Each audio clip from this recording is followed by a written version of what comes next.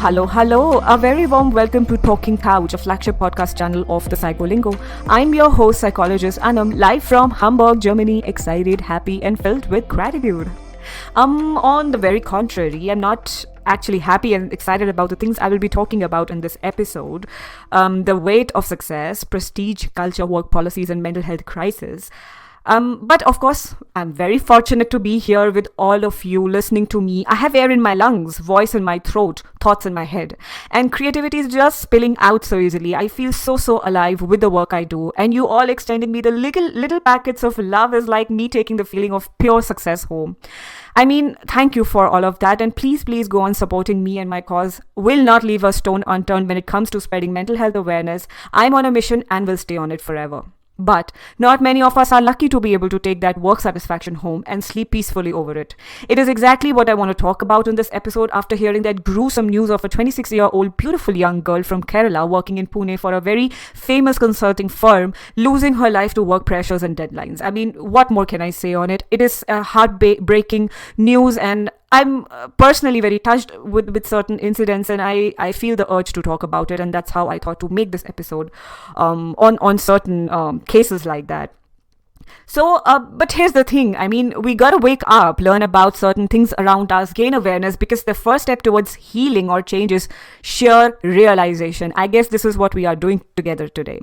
Now, I would want you to imagine this, that you are constantly praised for being hardworking, proving numbers from school days like those percentages of each year's passing classes mattered a lot, to some sales statistics on your boss's table, climbing the corporate ladder, pulling in late nights and sacrificing weekends, but inside you feel empty, exhausted and isolated.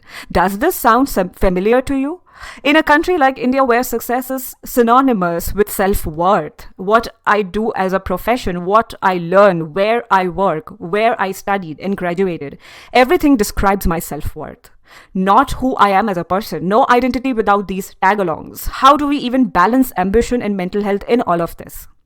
India places a strong emphasis on education and career achievements, with professions like engineering, medicine, government services symbolizing status, security, and family pride. From a very young age, children are taught that academic excellence leads to prestigious careers. Competitive exams like JEE, for example, UPSC for government services, see millions, fighting for those limited spots. In 2021, 1.5 million students competed for 16,000 IIT seats, while 8 to 3 lakh people appeared annually for UPSC exams, with only around 900 making it to the merit list. This intense pressure shapes career choices driven by societal expectations. There is a rise of hustle culture, which glorifies overworking, sacrificing well-being, especially in India's corporate sector, startups, and small businesses.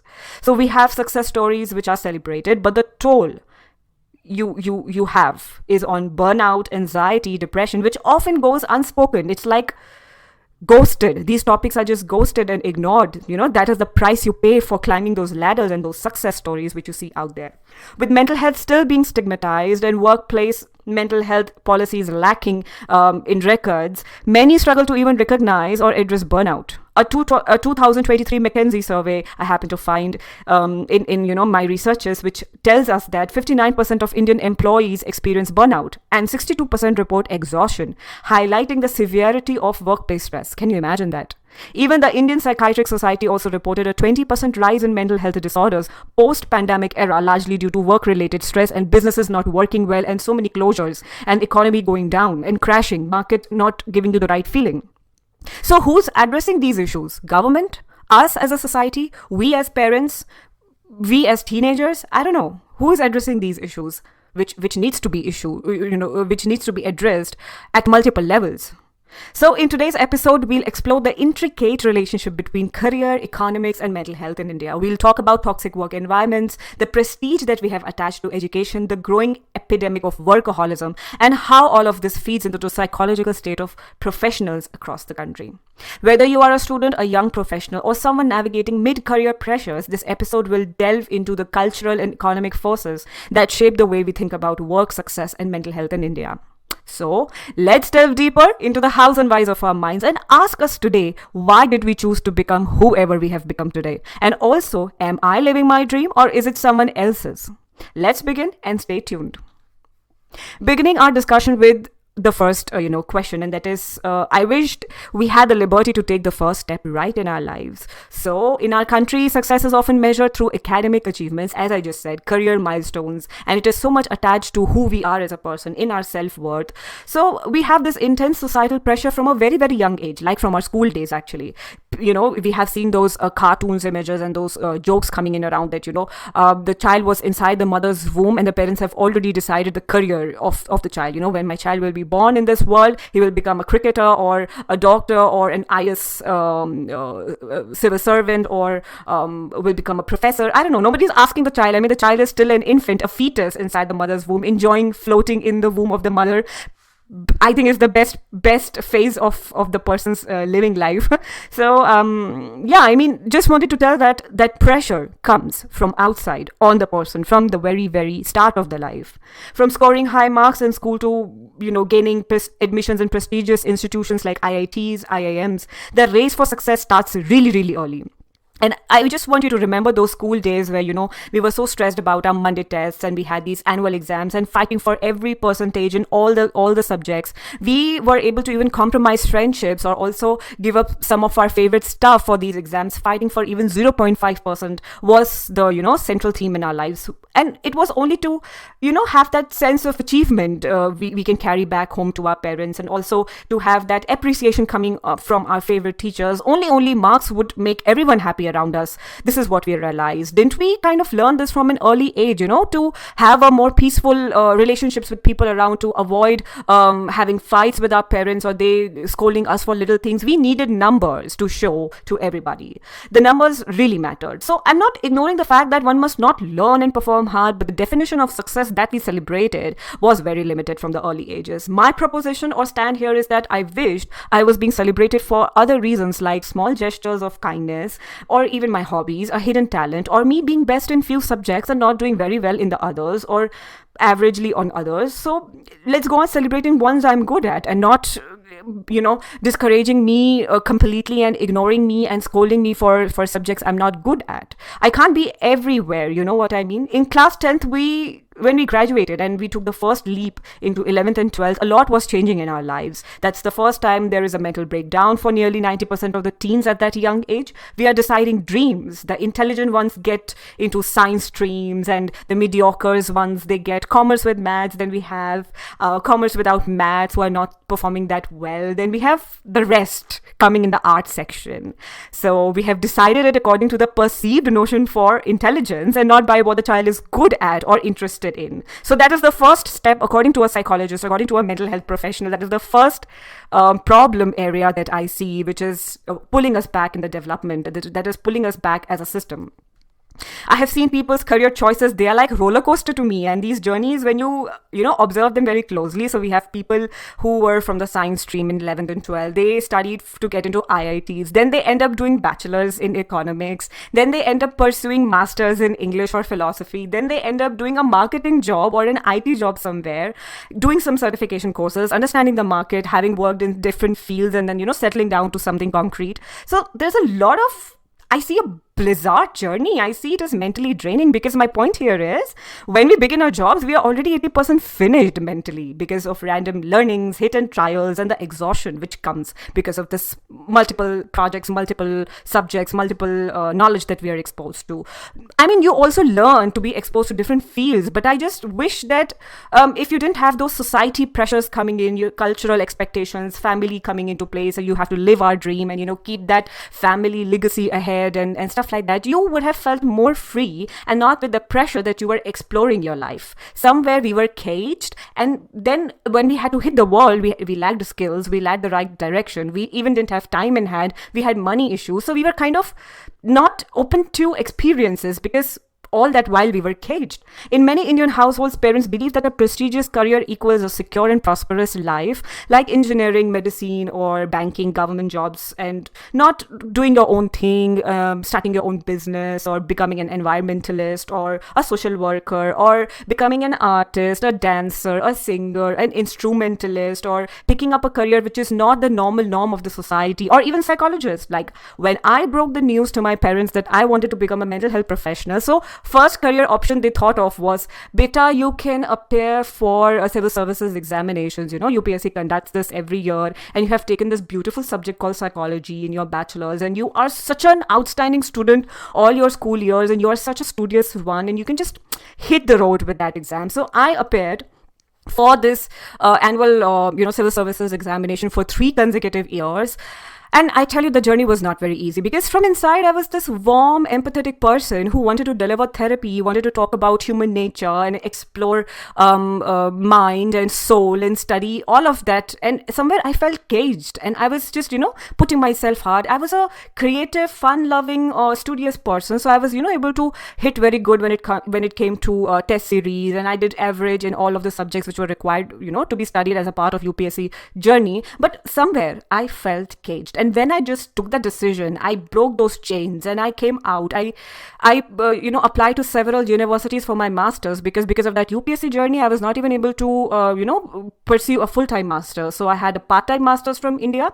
And then I thought that it is not enough for me as a skill that I can, use in my practice. So I took an extra leap in my life, extra step in my life. And I did my second master's from Berlin, which was not a very easy story to sell back to my parents at that time, because they were too much into, looking me as a person who was coming in that neely butty, and then they would picture me as someone who's writing the future of the country and so on. But I thought that this is just not me. It doesn't feel like me. And even if I was ready to take that risk on me. So I took that decision, and I hear so many stories, and I hear you through it, So that is the first thing that I would like to give as a message, that don't be chained. You have to be yourself, and you should be able to feel the freedom within you to be able to take that decision for yourself. Because career is like 80 hours a day, 40 hours a week minimum, and 35 long years to walk on that journey. So if you do not like it, it is not your personal thing, it is not who you are, it's going to be a really difficult journey. Work is going to sound like work and not something that you enjoy or live.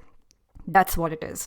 So it's common for, young adults in India to sacrifice their interest, as I said, because of the family expectations, because so many careers are being judged. They are not for financial or life security. And I do understand that, In a survey also, I found out that it was conducted by National Sample Survey Office, NSSO, in 2020, that nearly 71% of students in urban India expressed feeling extremely stressed because of their academic performance.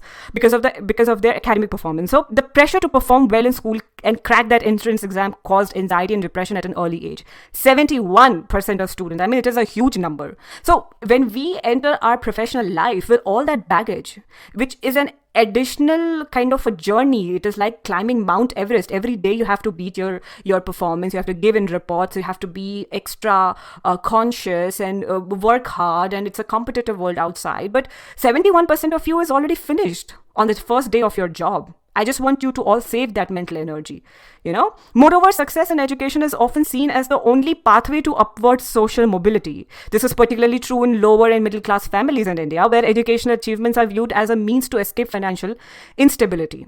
Yeah. So furthermore, to add to this discussion is that in the professional worlds, when we just enter, it is that multinational, companies and that startup booms and digital transformations, which is like a rapid changes, and it needs us to be present. It needs us to be motivated. It needs us to have good mental energies and good dedication for all of that. So along these advancements, there is a surge in work-related stressors, and we have toxic work environments which come as a part of it, and a culture of workaholism which is being very much encouraged by the traditional outlook of how we look at work. So in our country, where work success is equated with personal value, the line between dedication and overwork often blurs. So let's just define a little bit what a toxic work environment could be. So it could be like employees, they face macro management, like where every of their task is scrutinized by a higher authority, because we share a very hierarchical system of working culture in our country. where we have a boss culture. So you are being scrutinized and looked down upon your work. It's similar to like our education system. Like we have teachers who are telling us, there are bosses who are telling us the other things. In 2023, we have a report by Forbes India. 52% of employees in the IT sector cited excessive management control as one of the primary reasons for stress at work. So we have employees who report feeling undervalued, powerless to suggest improvements in process or work conditions.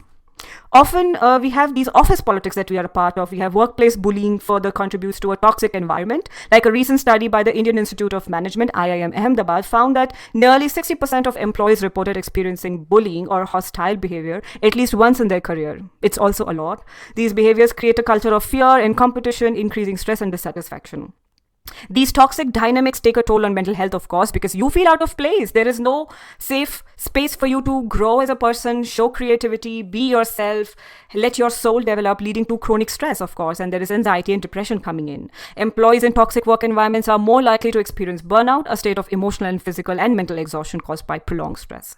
So when I repeatedly say burnout, so we have a perspective, and I can talk as a psychologist because I've had so many clients who come with that complaint related to work because they are stuck. I mean, you feel so mentally exhausted, you feel demotivated in life, you don't like your job, you are stuck in that loop of 9 to 5. There is no space to exit that cycle of morning till evening, Monday to Friday, then Saturday, Sunday being on bed or being inside because you are so tired to face the world outside. And sometimes even weekends just go by making that presentation, preparing for a Monday meeting mentally.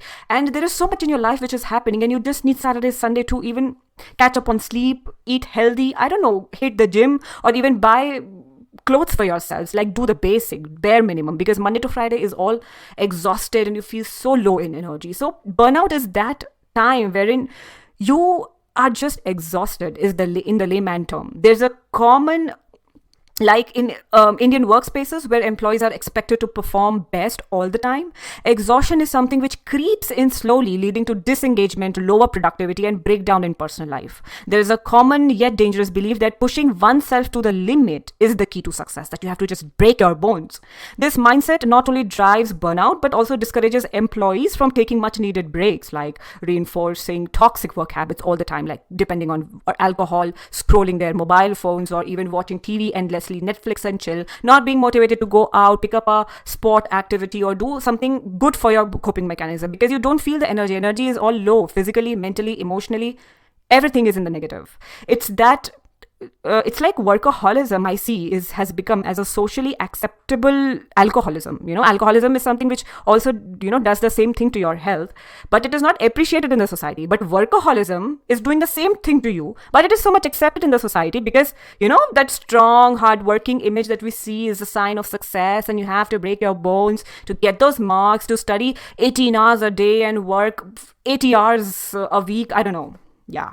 So taking a break is not encouraged, having a good work-life balance is not encouraged, taking a vacation off is not encouraged, sleeping long hours is not encouraged. No, you have to work hard to have a successful life. I mean, to break that cycle is really hard. And I mean, you also do not have, like many of the Indians, they feel that they do not even have support in terms of money to, take that break they want and have that support from the governmental policies, because even I was not exposed to this perspective, but government can actually act as your well-wisher, as your mentor, as a parent, as a substitute to your parents who can look after you for the policies at work, and they can help you grow your ideas, help you fund in your ideas, and give you that sense of security that, do whatever, go out, be bold and strong and thriving and experiment it. And we are there to help you, to look after you, to support you. That, feeling of a godfather is kind of missing in India. So many people think that they are left alone and they can't really trust in a system like that, because what if my business doesn't go right and I don't have that much of expertise or network, I don't have support, maybe I will just lose these many years and someone will do a certain kind of fraud with me. There is no law to kind of take care of certain things. I mean, talk of digital crime that that's growing in India. So we kind of I hear out like it's not. We are just stuck in that system. That system has to change somewhere. Personally, from family, from mindset, from government, I don't know. But there has to be a movement to change something from somewhere. That change has to come from somewhere. Top down or bottom up, I don't know. That we have to decide as a society. So as I was talking about that father figure, that someone to take care of, is like we do need labor laws and stricter labor laws to manage our time, our working hours. Like in Germany, like I came to Germany, and all these Western countries are that magnet to so many Indian young professionals because government is there to look after you. We have a separate ministry of work, which is called Agentur für Arbeit, which is like a work ministry. You can just register with them. They can help you find a job. If you lose a job, they give you a time like of 3 to 5 months to find another job in which they are paying you money to sit at home out of the taxes that you have paid to the government. So you just get 30 to 40% of the salary that you were getting when you were in the job, so that you don't have the pressure in your mind and you can still pay your bills, and you can not feel that burden on your heart. And if your applications are being denied one after the another, you can still go to them. They can help you find a job. And we have a good referral system, and the process of hiring is so transparent. And it's not like someone who is, always doing that nepotism in the industry, that, only our knowns will come and fill those places. And we have the judgmental attitudes. And all of that is also very transparent because they have to kind of follow certain rules and regulations. They can't just, outrightly deny that right to work. So we have a right to live, right to work, right to have clean air. These are also kind of like basic rights. So something has to move from where we are. Something has to change from where we are. Like a demand, like a voice. I don't know. We have to decide as a society. So there has to be a lot of, movements in place of workplace mental health initiatives, and we have to have corporate responsibilities coming in, where we have in-house employee assistance programs, which is like mandatory for the companies to have like in-house counselors and psychologists to help your employees, and also help the employers to build in strategies, have good project planning, have good organizational culture for the employees to also thrive. So that can help the employees and also the employers to have good human-friendly policies at workplace. So also, we have the problem of high unemployment also as a part of the problem, that government schemes which have to be focused on job creations and vocational training to also kind of help reduce the competition and overwork. Like I was reading this example that Finland has campaigns in that kinds that, unemployment is being checked, even Germany, even Sweden. So these countries have really put in a lot of efforts to have the work ministry in place so that we have work in life which is meaningful to us, which brings joy and give you good money and security. Of course, it is important. Ultimately, overall, it all boils down to family, society, we as a culture, community, mindset, opportunities which the government can help in bringing as part of the system. This episode is actually a warm-up one. These certain areas we really need to touch upon very closely. Like I will take the burnout separately. I will take about governmental intervention separately. I will take family expectations and career choices very separately. I'll also bring in personality types and career choices you can pick in life. These topics need a heavy discussions, but this is like an overall episode to give you a feeling that let us fix this problem of work and education by changing our mindsets. That's the first thing. Do not go in for long working hours. Learn to say no, have boundaries, have work-life balance. Do not live someone else's dream. Do not be afraid. Go out, explore your opportunities, live your ikigai. It is a Japanese philosophy, which also we will be taking up in the further episodes. I mean, sit on protest, voice it out loud and, against these exploitative policies at work. Ask your government the right question to have a separate work ministry to help you promote your ideas and help you, develop in your careers. Have more institutions for vocational trainings and more seats in the institutions and colleges, more universities coming in, more regulated ones. Yeah. So mental health services also have to be an essential part of workplaces or at universities. They have to be a rule and they have to be a compulsory thing. Mental health professionals have to be an in-house, not a freelancer or someone who you can have a service outside, but they have to be in the in-house, because you have to take help as an employee or as a student, and also help the universities also understand certain dynamics which are not going right in the situation at the ground. So, closing our discussion with the thought, it is an expensive deal when it costs your mental health. So, burnout is what happens when you try to avoid being human for too long. Please do not do that. That's all for today's episode. Thank you so much for joining me and holding your attention till the end. Remember to take care of yourself and each other around. Don't forget to subscribe to this channel, share this powerful message with your dear ones around. Follow us on our social media for new updates. Check out our website for booking up a therapy session with me or visit great courses made on psychology. Until next time, this is your psychologist Anam signing off for now. Ciao. Auf Wiedersehen.